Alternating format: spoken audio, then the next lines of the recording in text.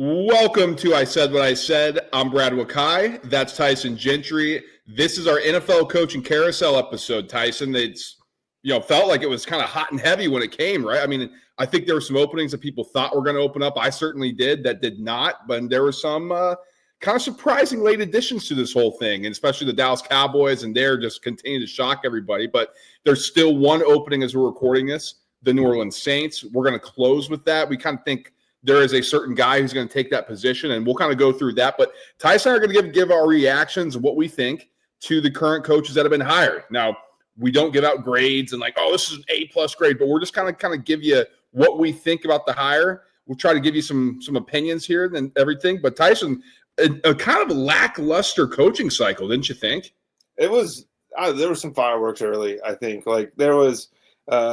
We'll get into some of the guys, but Ben Johnson, everybody knows it kind of felt like, okay, he's going to the Bears. That was like an open secret almost. It felt like from the middle of the season onward, if he has his druthers, that job's going to be open. He's going to take that one.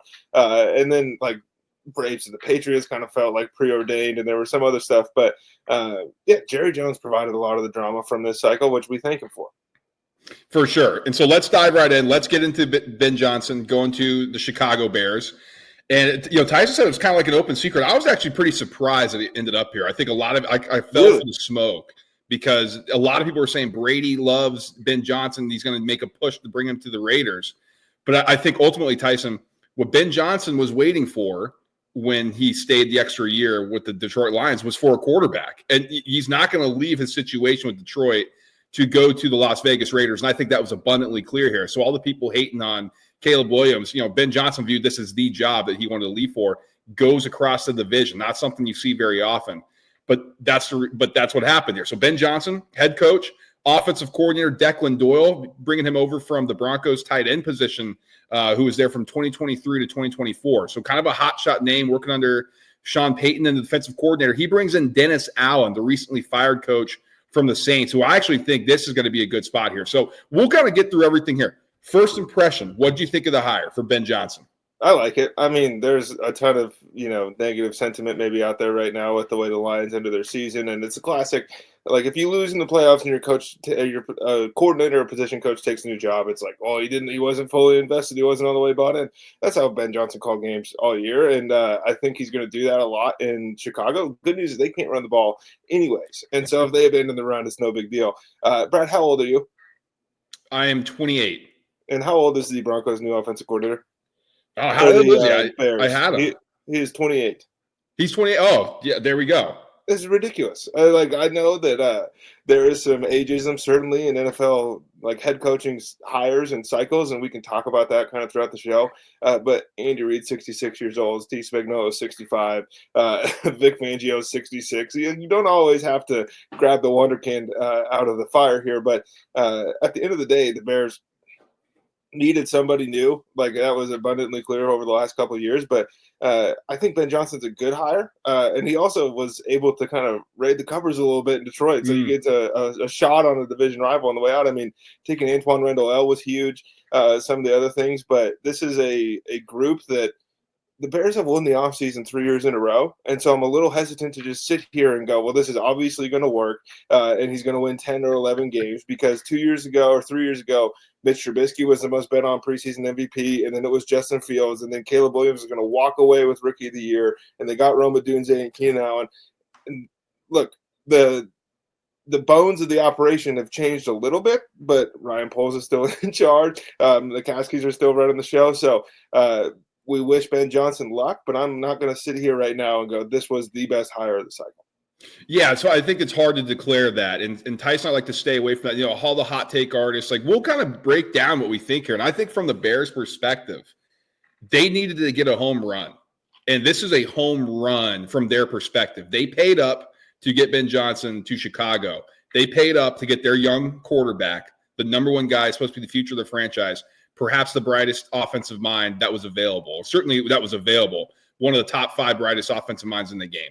That is a home run if you're the Chicago Bears, a team that has been lacking in terms of analytics, lacking in forward thinking, lacking in ability to make any sort of splash and dent offensively for I mean, ever, basically. I mean, even the 85 Bears teams, it was Walter Payton and defense. And that's the calling card, right? And so to go out and do land Ben Johnson is huge.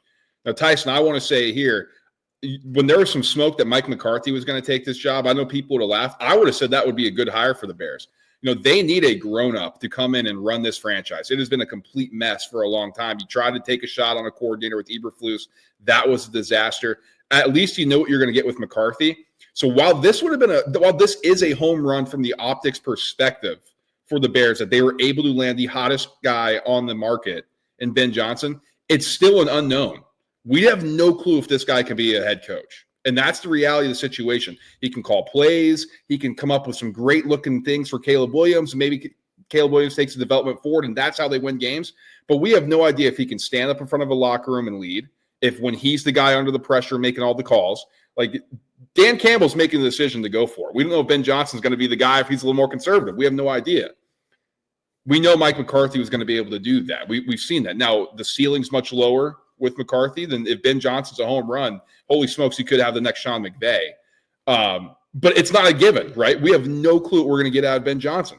Chicago's hoping it hits. I think the NFL probably is because they want the Bears to be good. But I think from an optics perspective, this is huge for the Bears. Practically, we're going to have to see if he can do it. But I think if you're the Chicago Bears fans, you got to be super excited about this hire. Yeah, I mean, I feel confident now that Caleb Williams will be the first 4,000-yard passer in Bears history. I think that's going to happen. But just to kind of go along with your point there, if we think back to, I think it was the 2021 hiring cycle? Was that the one with Dan Campbell and Nick Sirianni? And they were going to be the worst ones, and then Robert Saleh and some of these other guys that were going to be studs. And now it's Nick Sirianni and Dan Campbell are the two left standing. So it's really hard to, sit here and go, wow, Ben Johnson was a home run. I think, this was one they needed, though. This is something that the Chicago Bears had to do. They got the guy that everybody else wanted, which is only going to help as they continue to try to build some of this infrastructure out. And you mentioned the culture piece. If he can just take a little bit of that grit from Detroit, it's been sorely lacking in Chicago for a long time. And so if they can just stand up to the bullies, it's really a priority number one if you're the Chicago Bears. Yeah, and I'll do a quick hitter to close here. On the Dennis Allen thing, I know some people are like, oh, what? Dennis Allen's an idiot. Really?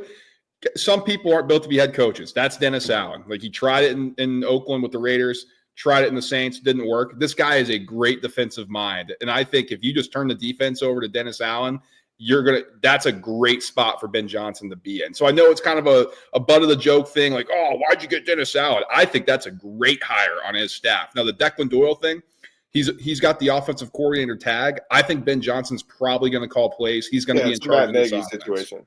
Exactly. So we'll see. I mean, Nick Sirianni was the play caller early, and we've seen, Mike McDaniel not turn things over. We've seen some other people, offensive mind, kind of switch the actual play caller. So we'll see what happens there. But, he's 28, like Tyson pointed out, which I'm shocked about. But we'll see how his career progresses and if he's even calling plays. But I think the Dennis Allen thing's huge.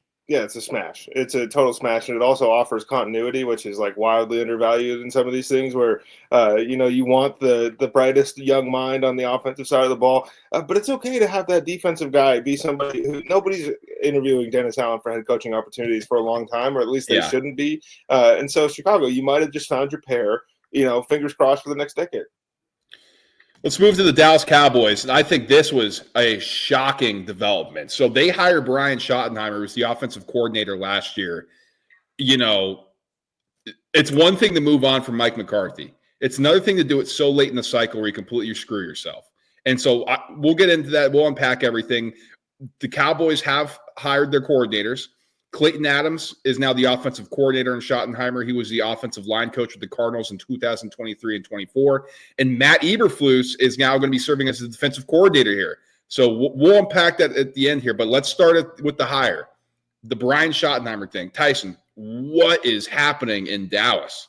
I'm not sure, my friend. And it felt like they moved on from Mike McCarthy. There's he wanted maybe less years than Jerry wanted to give him, which is kind of it's an interesting thing from that perspective. You never hear that in the NFL. It's never the coach wants to be there for less time. But Brian Schottenheimer, like when we were little, like when we were like 10 years old, and he was the offensive coordinator on the Jets, this was a hot name in football. It was like, is he going to take over for Nick Saban when he leaves the Dolphins? Remember, Chad Pennington comes back and wins comeback player of the year. It was a whole thing in that point. And then in 2008, like they scored 400 points, which for the New York Jets is like it was like the second or third time they've ever done that. Globetrotters. And then all of a sudden, like this guy just kind of backslid, in production, and then found his way at position coaches here and there, and all of these other things. This felt to me like Jerry Jones might have actually wanted Kellen Moore and wasn't able to, like, didn't think he was going to leave Philadelphia or something. I don't really know. And then just kind of was like threw a dart at the board and ended up on Brian Schottenheimer. I'm not wishing the guy anything but success. I mean, that's kind of the way we come into these things, and we are Eagles fans here. But look, I wanted to be good. This feels short-sighted, and it feels like the opposite of all in. It feels like the opposite of long-term thinking, and these are things Jerry is kind of – his messaging has been like, we think longer term than most people. I believe that's an exact quote from a press conference and some of these other things. Brother, this is a lame duck, and you and I both know it. Yeah, this is not a good hire. Players are apparently shocked that they moved on from Mike McCarthy. And so, listen, he's got the butt of the joke a lot of the times, and he's certainly been no stranger to criticism on this show. And I think that's how it goes when you're a head coach in the NFL. Mike McCarthy's won a Super Bowl. Mike McCarthy's won a lot of games in the NFL. And for whatever, I know people, the analytics community hates him all this, and he's supposed to be doing this and that. And, that's why he took the sabbatical, and it just didn't translate. And, the success wavered. Dak Prescott was better under Mike McCarthy than he was under Kellen Moore. And that's something that people kind of forget. And this offense last year, Tyson, before Dak got hurt, I mean, it was gross. And Brian Schottenheimer's in charge of this thing. It just is not imaginative. It's not something that the Cowboys have done. And I know Jerry Jones is supposed to be this big splash guy, and I'm surprised that he didn't make a harder push for Deion Sanders, because that would have been the perfect pair. That's something Jerry may have done 10 years ago, 5 years ago. This, to me, feels like Jerry Jones is in the Al Davis territory. At the end of things, you kind of think about the old days. You want your legacy. Oh, I say I'm about championships, and you just continue to do the wrong decision. Now, Schottenheimer could be great. He could come in and he's just waiting for his opportunity, and he takes over, and this thing's a rocket ship. I don't see it. I'm willing to be wrong on that. I don't think this is a good hire. I think the defensive coordinator, Eberflus, probably is a saving grace here, because you can have a good defense. There's pieces in place, and he may not be a good leader and a good head coach, but I think he's a good coordinator. But this, to me, feels like a complete miss for the Cowboys. Yeah, and the rumor is that Dak Prescott's one of his biggest supporters, and that's important to have, your head coach and your quarterback on the same page. But I'll set the over-under at like 12.5 games before Matt Eberflus is the interim coach here in Dallas. It's kind of the way that this thing feels. Look, man, I severely dislike the discourse around, like, basically by all NFL media, sometimes us included, But so I'm cheering for the guy, because I hate when everybody just jumps down somebody's throat and it's like, just because we didn't know he was in consideration means that he's going to be bad, as if we have any idea of the inner workings of some of these organizations. But if you get fired by the Seattle Seahawks for philosophical differences, and you get let go, like when Mark Richt left Georgia and Brian Schottenheimer was left out in the cold, and some of these other things, you're in Jacksonville and you can't get anything started. Like, there's not a track record here, and like the offense was bad this year. I was going to say fine with some of the injuries that they had, but like they couldn't run the football, Brad. Like, no. Rico Dowdle had like six total rushing touchdowns as a team, and then they looked at the guy calling those plays and were, you're in charge. Yep. Yeah, we'll see what happens here. Tyson, let's go to the Las Vegas Raiders hiring Pete Carroll. I think this is a great hire. I mean, honestly, I know he's old, and whatever the case may be, this guy doesn't look his age, doesn't act his age. This is an adult. This is who this franchise needs. This is somebody who's going to come in and completely change the culture around this franchise. We're not the Oakland Raiders anymore. We are in Las Vegas. We need a new identity. Pete Carroll is going to provide that identity. Offensive coordinator, they don't have it named one yet. We are recording on Friday. Expected to be Darrell Bevell. That is kind of the reports here. This is a longtime coordinator under Carroll. They retained Patrick Graham, who is the defensive coordinator under Antonio Pierce. the last couple of years. I think that's a huge hire here. But again, let's dive into Pete Carroll. I said my piece. What do you think about it? Well, it's funny because on the one hand, Pete Carroll, when he coaches, will become the oldest coach in the history of the NFL, and he's going to have more energy than everybody else. And you kind of hit the nail on the head. That's really what I'm like. My dad is a Raiders fan, just to go off on a little side tangent, and he's like, man, I don't know about this, because he wanted Vrabel. I think everybody, probably wanted Vrabel throughout this whole cycle, outside of the guys that wanted Ben Johnson.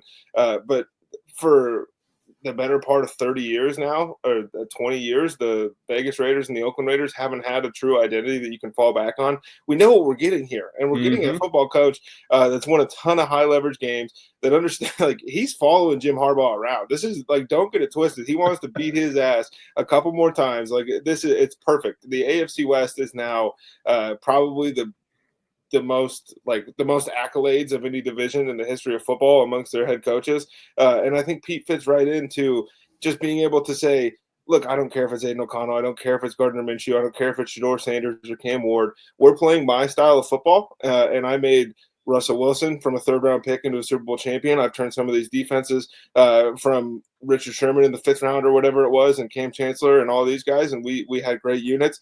You can look at the way that things ended in Seattle, but sometimes, Brad, things just run their course, and that's kind of the way it felt at the end of Pete's tenure in Seattle, and he gets a fresh start here. I'm never betting against Pete Carroll. I thought, to me, as we sit here today, this was the one I was most encouraged by, just as this is a true culture changer here for Vegas. Right. And I think it's the highest floor, right? If you're looking at everything and you're like, okay, which is what they need.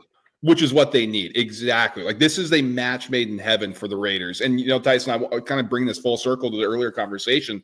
It was like, well, Tom Brady loves Ben Johnson because he's forward thinking and he's analytical on the offense. And that's what Brady's looking for. He needs something with the Raiders. And I'm sitting there and I was like, God, I got duped, because how did Tom Brady win his Super Bowls? With Belichick. Right? The coach who knows everything about the offense, the defense, who has his hands on everything. Pete Carroll does. Like, that's what he does. He runs around, he's pumping people up and this. How do he win in Tampa? Oh, yeah, Arians is the offensive genius, but Bruce Arians, he lets his guys he delegates stuff to his guys. And Pete Carroll trusts his coaches. I think this is exactly what Brady was looking for. It's the new face of the franchise. This is a home run. This is the high floor. I don't know what the ceiling is here, but I know it's probably higher than the Raiders have had with the other coaches that they've hired. So I think this is a smash. Yeah, I wanted my boy AP back, but I was really, really glad to see this. Also, like, it felt like Pete Carroll last year, it was like he's going to take a year off, and then we all kind of laughed, like, okay, that he's retired. So he's back in a 3-year deal, man. Like, what's the downside? Well, like, really, there is none here. If it doesn't work for Vegas, you're in the same spot you've been for 25 years. Absolutely. So let's move into this, Tyson. I think we've been chomping at the bit here. The Jacksonville Jaguars hired Liam Coen, and I just spelled his name wrong. I'm sorry about that. Liam Coen away from the Tampa Bay Buccaneers. And Tyson, come on. He gave us just the funniest thing I've seen in a long time. And I'm going to play it here, folks, because I can't stop laughing at this. Duval. And that's at the opening presser. Duval. I got one more time. Duval. And we got this on our YouTube, folks. If you can't see this, and if you haven't seen this yet, and if you haven't, you might be one of the only, 1,000 people who haven't seen the thing yet, Tyson. How about the eyebrows? How about the facial expressions? It was perfect from Liam Coen. I don't understand. If you've seen like any Jim Carrey movie, you can kind of imagine what he's doing with his face during this whole thing. Somebody sat with him while he wrote this intro statement and was like, this is fine. You should leave this in there. You should actually end with this before you take questions. That should be your closer there. And so that was hilarious. But again, like Dan Campbell wants to fight kneecaps, and everyone goes, this guy's a slap. There's no way he's going to succeed in the NFL. Look at him now. Nick Sirianni wants to water flowers. This guy sucks. He's in his second Super Bowl. So maybe Liam Cohen's got it. But Brad, this was the weirdest, maybe most drawn out and quick hire of the cycle here with Liam Coen. It was super strange. And so he was in line to become the highest paid coordinator in the history of the NFL from the Tampa Bay Bucks. Keep him with Baker Mayfield, see what we can do there. Then he took like a secret meeting, I guess. That was only, he only was going to get that contract if he didn't take a phone call with the Jags or meet with the Jags. And he went dark. His wife or girlfriend or fiance couldn't get a hold of him. Whatever the whole story was, like it was some, crazy espionage type of thing. And then, like everybody thought, he ended up with the Jags. And that's kind of how it went. The Jags wanted to make an offensive splash. They wanted to bring in another guy to fix Trevor Lawrence. That's now Urban Meyer, Doug Peterson, and now Liam Coen. And this is where we end up with. I think when we just, all jokes aside, and like Tyson pointed out, as Eagles fans, we can't make fun of anybody's opening presser. We're laughing because it's just hilarious. We're not making fun of them. It's just funny. And it sucks because, one of the reasons Liam Coen took the job was because, hey, you got to fire Trent Baalke. I'm not working for this guy. The Jags make that happen. But if those two were together at a press conference and Trent Baalke is making eye contact while farting at the press conference and Liam Coen is sexually saying Duval and throwing his eyebrows up. And 𝐿𝐮𝐬𝐜𝐫𝐢𝐛𝐿 just looking like the mustache Sonic with his mustache. It's the most Jaguars thing of all time. So I'm mad that we got robbed of that more than anything else. Oh my God, that's so funny. I'm going to try to be serious here, but Tyson's making me just think about just a hilarious visual here. But actually speaking, they're thinking of Liam Coen and what he can do for Trevor Lawrence. Let's kind of take a look at his resume here. So he was with the Los Angeles Rams starting as a wide receivers coach and goes to his assistant quarterbacks coach, 18-19 quarterbacks coach in 2020 as the assistant. That's under McVay. And, he's had a track record and a good track record to get hired as the offensive coordinator in Kentucky in 2021. Will Levis has a breakout year. Then he goes back to the Los Angeles Rams under McVay, gets hired away from Kentucky as their OC, and then gets hired back by Kentucky in 2023, and then goes and becomes the offensive coordinator at the Tampa Bay, and now it's going to be the head coach of the Jacksonville Jaguars. So it's been an interesting path for him to get here. I think along those stops, you have Will Levis having his best performance in college. You had Matt Stafford having a great showing and putting up big numbers. And then Baker Mayfield, after the resurgence that we saw him with Dave Canales, continuing that high level of play, and the offense looked good late, even though Chris Godwin was out and even though there were some other wide receivers banged up. So all jokes aside, what do you think about this hire? Do you think he can do what the Jags want him to do, and that's fix Trevor Lawrence in this offense?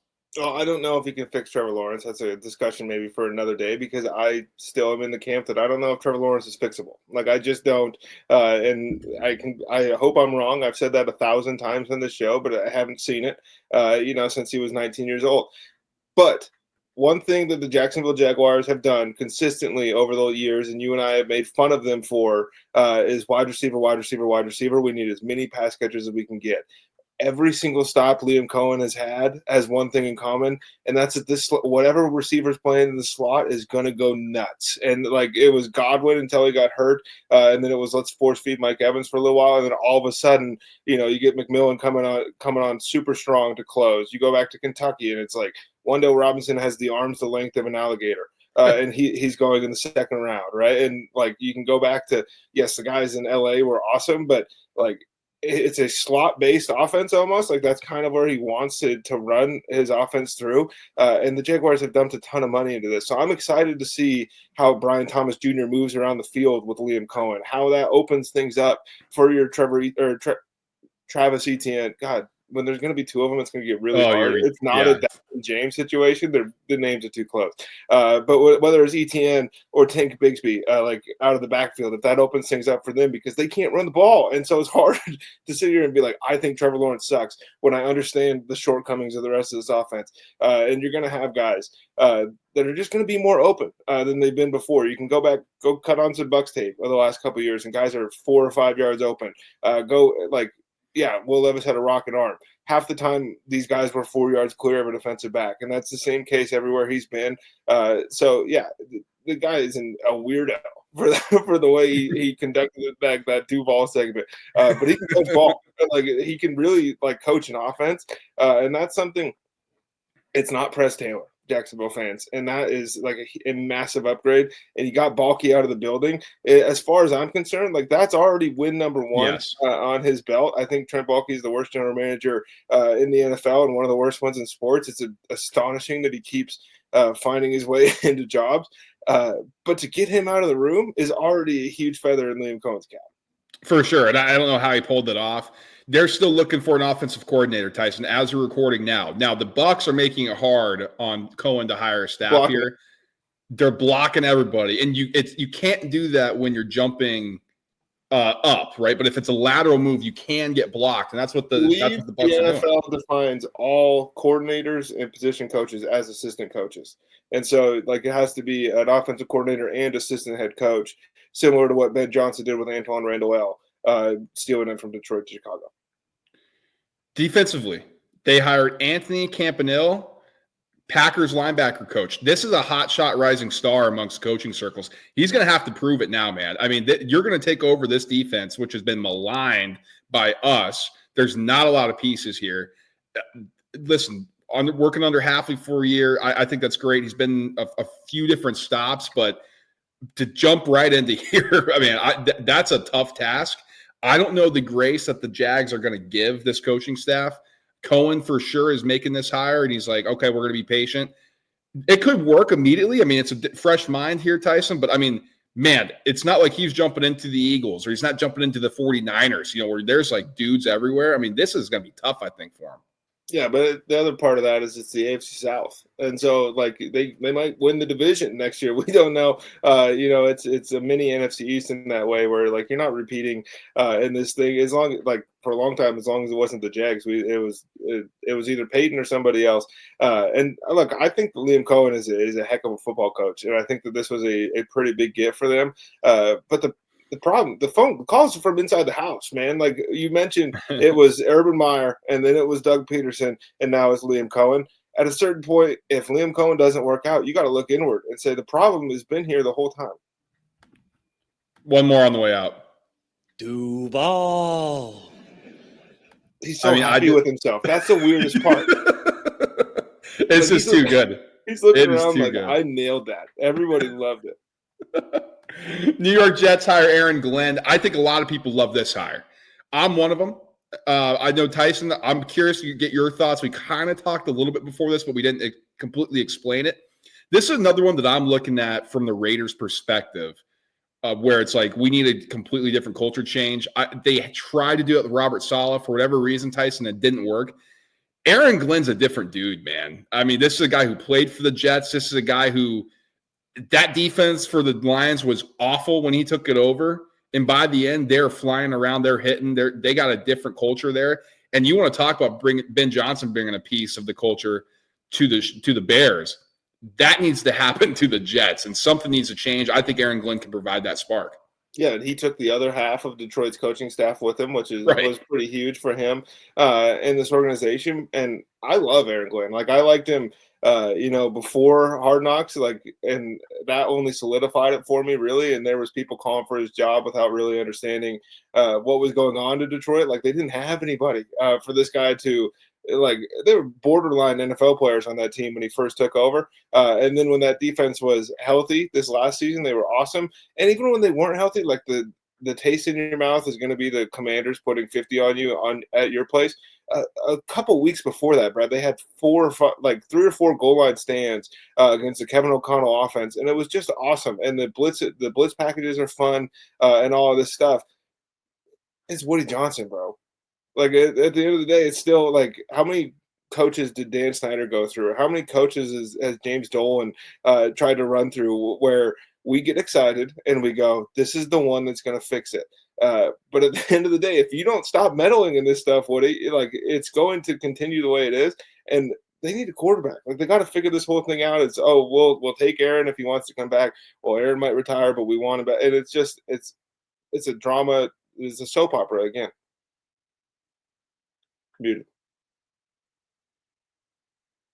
How am I muted? How does that keep happening? But Tyson, based on what I've read here, I think that Aaron Glenn, they're saying the right thing in public. I don't think there's any chance Aaron Rodgers is back. I don't think so either. The funniest possible outcome is if they pay Sam Darnold.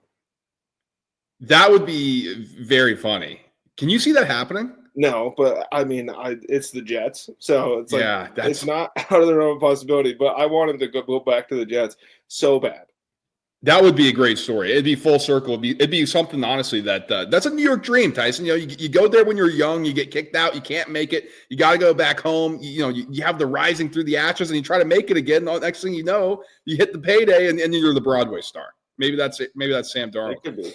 Offensive coordinator, they just hired Tanner Engstrand, like Tyson said. The other half of the Lions coaching staff, he was the passing game coordinator from 2022 to 24. So he's familiar with Aaron Glenn. I think he's going to get the full reign of this thing. Is he the next Ben Johnson? We'll see, because Aaron Glenn's going to be on the defensive side with Steve Wilkes, who's the defensive coordinator here. I think that's a sneaky good hire, Tyson. This guy has proven himself as a coordinator. No, I don't necessarily know if he's a ceiling raiser or a ceiling raiser. I mean, we saw 49ers kind of move off him. It didn't necessarily mesh with Shanahan, whatever. I don't really take that with too much of a grain of salt, or really put too much emphasis on that.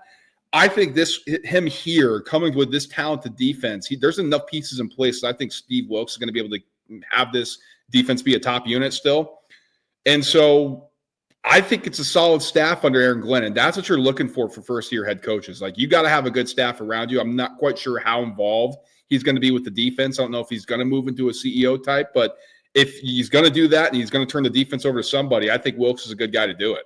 Yeah, I don't think you can you can't look at Steve Wilkes and go, it didn't work in San Francisco because Dre Greenlaw tore his Achilles at halftime of the Super Bowl. If you are cautious about Steve Wilkes, you got to look at Missouri. Like, you got to go back to when he was at the University of Missouri and what that looked like, and to right after the Arizona days. And by the way, man, he was a little better in Arizona than I think people remember, because that roster sucked. And Jonathan Gannon is a defensive guy. They were 31st in defense this year, and so maybe Steve Wilkes is a little better than we're giving him credit for. By the way, dude, what is up with every Steve Wilkes article or piece of information mentioning high energy, and then you look at this dude on the sidelines and he's asleep? Well, he doesn't bring the high energy. He wants his team to have the high energy. He's like the inner source of energy. He's saving everything to pass on to his team. He's a battery, basically. Exactly. He's the Energizer Bunny. Yeah, he's a charger. Yeah. So we'll see. I mean, like you said, Tyson, we can get all excited about this Jets hires, and it's the same story, right? Is Woody Johnson going to meddle? Because he freaking meddled last year, and it was a disgrace. It was embarrassing. I think if you're the Jets, it's just another chapter of being really just like, what are we doing here? How are we fans of this franchise? I wish that he hired Rex Ryan as DC. That would have been funny, but Rex, would have played some politics and try to get him fired. I think. Dude, he's getting Tanya Harding at the opening press conference. 100%. Let's close for the actual hires with this one. New England Patriots hire Mike Vrabel. That's not a shock to anybody. Offensive coordinator, though, Josh McDaniels. Defensive coordinator, Terrell Williams, the Lions defensive line coach in 2024. The only position he's held and worked in the NFL is as a defensive line coach, but he's extremely familiar with Vrabel, was with him in Tennessee.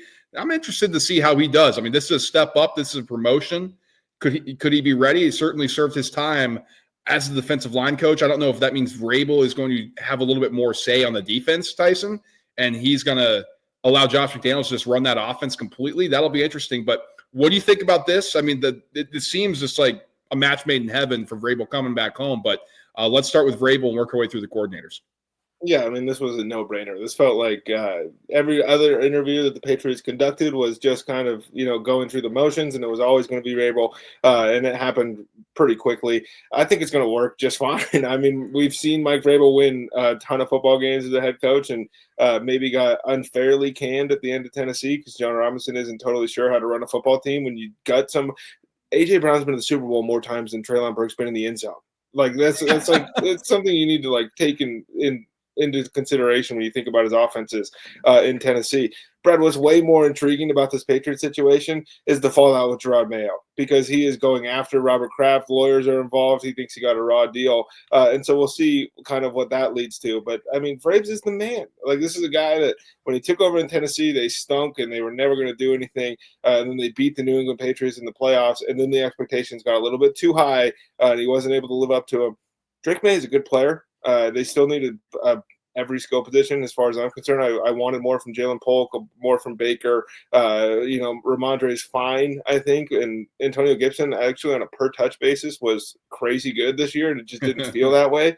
But they need a lot, and Vrabel's going to get a longer leash than just about everybody else we talked about. He's a Patriots legend. We got away from the Patriot way for one season, and Mike Vrabel's going to bring that back. I don't know if it's going to result in Super Bowls or conference championship appearances, but it's going to be a heck of a lot better than picking at the top of the draft. For sure. And the fact that you have Josh McDaniels, and again, similar to Dennis Allen, people are going to laugh and make fun. It's like, oh, this guy is a proven offensive coordinator. Now, everybody's going to point out to, well, when he didn't have Brady, yeah, and when LeBron's not on the Cavs, they're awful. Like, is that really what we're doing here? I mean, so we'll see what happens here. Drake May's a super talent, and they retained the head coach from last year, Tyson, or the quarterback's coach from last year who worked with him. I'm blanking on his name right now. But there's 5 head coaches on the staff. Like, it's an experienced staff. It's a complete opposite of what happened last year under Gerard Mayo. I think, Robert Kraft and his son Jonathan, I think they went too far in the direction away from Bill, and they're like, whoa, grass isn't always greener. Let's kind of jump the fence, go back to this side. Yes, we like experience. Woo, that's fun. And so I think that's what they're doing here. Like you said, no brainer hire. I think everybody kind of thought this was going to happen. I think this is a high ceiling.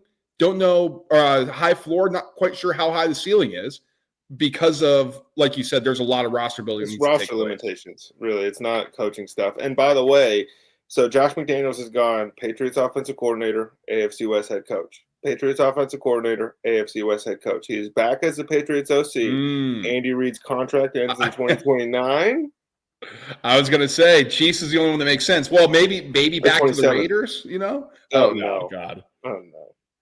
Well, we'll see. But, yeah. Let's close here. New Orleans Saints. So they haven't hired yet. Again, we're recording this on Friday. If you're listening to it later than that, then maybe Kellen Moore's hired because Tyson's checking his phone. It feels like that's the holdup here. There was a report today, and Tyson will dive into this, that said Kellen Moore's not sold on the job. Kellen Moore's maybe not going to take the job. What are you hearing? What have you read? And what can you update as we're recording this now? Well, there was the report, I think it was Diana Rossini, said that, like, Kellen Moore's not sold on the Saints job. And by the way, like, no shit. Like, it's the worst cap situation in football. You don't have a franchise quarterback in place, so you have, like, an animatronic version of Derek Carr. It's been really hard for them to fill this spot here. But then right after that, there's another report that comes out that's basically like, hey, they're going to interview him the day after the Super Bowl. He's basically going to stay in New Orleans, and he's already been tasked with putting together a staff. And so if you read into that, that sure feels like Kellen Moore's got the job, and he just doesn't want to say so before coaching in the Super Bowl, which is fine. The other part of this, Brad, is like Kellen Moore is a younger guy as far as the NFL goes. I think he's like 39. But he's been chasing a head coaching job for a long time. Mm-hmm. And this is one that, like, you talk about a lame duck situation. You don't want to be the guy in New Orleans right now. You want to be the guy that takes over for Kellen Moore, if it is who it is, after he gets canned and they kind of get out of this cap hell that they found themselves in. But Kellen Moore's run some good offenses in the NFL, and there's this whole thing about, like, I don't know if this guy can command a room, as if he isn't one of the best college quarterbacks of all time or grew up in locker rooms and basically he's been a quarterback or a offensive coordinator for the better part of his life. I have no doubt that this guy can stand in front of a room and talk. Just because he doesn't look like it at the press conferences, I don't really care. Look, this was a really hard job to fill, and whoever walks into this situation is you're failing, like you're a dead man walking, essentially, which is a huge bummer for Kellen Moore, if that is who takes it, or whoever else. But they've been trying their butts off to fill this thing, and Cliff Kingsbury saying, no, I don't want to interview with you. Other guys are saying, no, I don't want to interview with you. So it's off the scrap heap, brother, and that's just kind of the way that things are going to have to be for them for the next couple of years. Yeah, and it's interesting that Kellen Moore is we're talking about him potentially taking a job that's off the scrap heap, right? Like, that we're connotating that with Kellen Moore because he was the hottest coordinator name just 5 years ago. Like, this was a guy that the Cowboys might have hired as their head coach. But here's where we are. And sometimes the shine does come off a little bit. And some, like Lou Anarumo, there's an example, got fired recently by the Bengals. This guy people are talking about as head coach potential. This is from Diana Rossini as we're recording. I want to say this update just came out 45 minutes ago. We're recording. Let's go 9 p.m. Eastern. That's when we're talking about this segment here. So they are officially honing in on Kellen Moore, Tyson. They are telling other candidates who have interviewed for the jobs, as well as their agents, that they are no longer interested in them and they're moving on. They're planning on meeting with Kellen Moore after the Super Bowl on February 9th. So this is a situation where it looks like he's going to be the guy. I don't know. Sleep in the Superdome. Like, it's just, as Eagles fans, we're sitting here and we're going, Jonathan Gannon took the Cardinals job in 2022 after playing in Arizona. Kellen Moore is going to take the Saints job in 2025 after playing in New Orleans. It's interesting how these things work out, but it's also like, it's not, to me, it's better than bringing back Darren Rizzi for another season or trying. We just brought up Steve Wilkes, so the name is on my brain. I don't mean any disrespect, but almost like a retread guy where you're just like, I mean, when he walked into that job in Arizona, everyone knew that, you know, it was pretty much a 1-year deal, and that's kind of the way this feels. But let's say Kellen Moore goes out and wins 7 games next year. That's coach of the year. Like, that's like the stuff that you need. The Saints have so many problems. And look, man, there's only 32 of these things in the world. And so if you get an opportunity to take one, more power to you. Absolutely. So we'll see what officially happens with the Saints. And maybe we'll do a reaction to it. We'll see what happens. But I think this was an interesting cycle. Tyson and I pretty bullish on some of the hires here. At least one we don't think is going to work. But, again, we'll see how it goes. And, like, we don't like giving out grades. You know, we have no clue. These guys, it's not even the freaking offseason yet. The season's still going on. So we're not going to do that nonsense. That's for some other people and podcasts and channels and things like that. But what we are going to do, we're going to keep breaking down football stuff because that's what we got coming up in the Super Bowl. That's why you got to stay subscribed. Like the show if you want to help us out, become more discoverable, because we're breaking everything down in Super Bowl next in our early preview. Share it with a friend. Share it with an enemy. Stay connected to us. We will talk to you all then. Till then, guys, peace.